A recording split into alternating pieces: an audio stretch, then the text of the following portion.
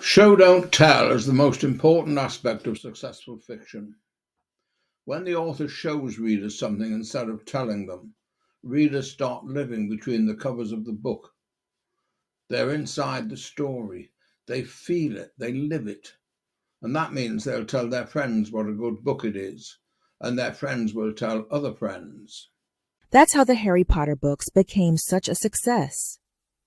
Show, don't tell, is so important that every new author learns about it. But putting it into practice can be something else. It is, in fact, the single overriding difference between really good fiction and the rest.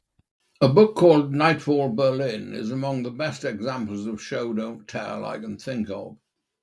In Nightfall Berlin, Caro and Tom are husband and wife, and they have an 8-year-old son called Charlie. Charlie is autistic. So, how does Jack Grimwood, the author of Nightfall Berlin, tell us that Charlie is autistic? Many authors would simply have said so. Caro and Tom have an 8-year-old son called Charlie. Charlie is autistic. There you are. We've been told. Not shown, told. It means nothing to us. I don't doubt that at some superficial level we've taken the fact in Charlie is autistic, but it hasn't become part of our reading experience. It hasn't become part of how we feel the story. Authors with a little more finesse might have told us by having friends of Caro and Tom talking to each other. Something like, "Isn't it a shame that Charlie is autistic?" Jack Grimwood does better than that. The first thing we see in the book is Charlie about to cross a minefield. Grimwood doesn't say Charlie is about to cross a minefield. He shows Charlie picking his way through a gap in a fence. Behind that fence is a sign. The sign doesn't say keep out. It says danger, mines. Charlie steps into the minefield. We see him do it. We see prickly pears growing on the other side of the minefield. We get a glimpse into Charlie's mind.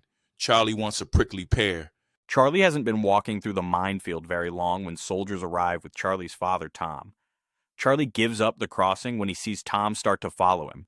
He, Charlie, can work out where the mines are from the different ways that grass grows and from the cracks in the soil. But he's afraid that Tom will blow himself up. He tells Tom, "Put your feet where I put mine."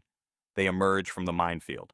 When it's all over, Tom asks Charlie why he did it. Charlie says, "I wanted a prickly pear." "But there's a bunch of prickly pears at the villa." "Yes, but there's a sign saying don't touch them." "There's a sign here." "Yes, but it doesn't say you're not to enter the minefield.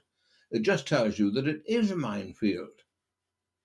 That tendency to take instructions as meaning literally what they say and nothing else is a sign of autism.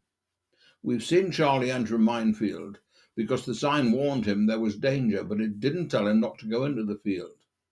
We also know that he won't pick prickly pears from the bush at the villa where his family is staying, because although it's completely safe, the sign says he is not to touch them. The moment we read this, we know that Charlie is autistic, and the author hasn't told us. He's shown us. It's great writing. Readers are gripped by Charlie's story because they've felt it. And that's why Show Don't Tell is such an important part of the fiction author's toolkit. You want your book to be a bestseller? Write it like that. Or let me do it for you.